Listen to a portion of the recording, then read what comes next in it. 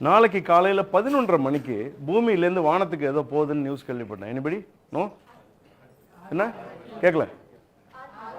Aditya L1. அது என்னது L1? பூமியினுடைய புவியீர்ப்பு விசைன்னு ஒன்று இருக்கு. சூரியனோட புவியீர்ப்பு விசை அதை விட அதிகம். அதாவது சூரியன் ஈர்ப்பு விசைங்கிறது அதோட அதிகம். இந்த புவியீர்ப்பு விசை பாயிண்ட்டுக்குள்ள ஏதாவது ஒரு பொருள் வந்தால் சூரியன் பூமி இழுத்துக்கும். இந்த பாயிண்ட்டுக்குள்ள எது போனாலும் இது இழுத்துக்கும். இது இழுத்துச்சுன்னா மௌன நீ செத்த. புரியுதா? இது ரொம்ப சூடா இருக்கும், உருகி போயிடும். எஸ். ஆனா இப்ப நம்ம சூரியனை பத்தி ஆராய்ச்சி பண்ணணும். என்ன செய்வாங்க? இது ரெண்டும் ஈக்குவலா இருக்கிற ஒரு இடம் உண்டு.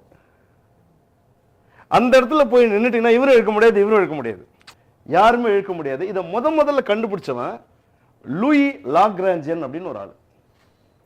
இந்த மாதிரி சூரியனை சுத்தி மொத்தம் 5 இடங்கள் இருக்கு அப்படிங்கறத அவன் கண்டுபிடிச்சான். அதனால அதுக்கு பேரு லாக்ராஞ்சியன் பாயிண்ட் 1 2 3 4 5. நம்ம சொல்லுவோம் L1 L2 L3.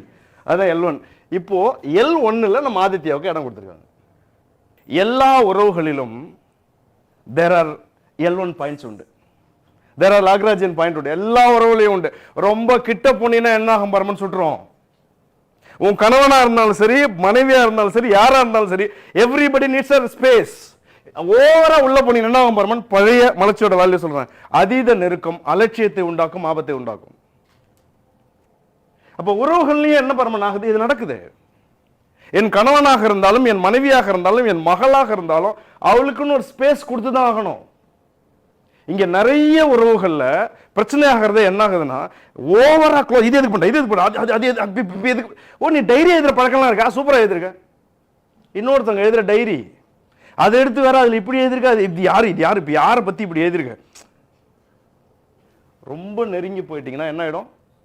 சுற்றுறோம். ரொம்ப தூரமா இருந்தா சூரியனோட உறவே இருக்காது. அப்ப நம்ம உறவுகள்லயும் என்ன பரமனுக்கு லாக்ராஞ்சியன் பாயிண்ட் உண்டு. அகத்திலும் புறத்திலும் மலர்ச்சி கொடு, வளர்ச்சி கொடு.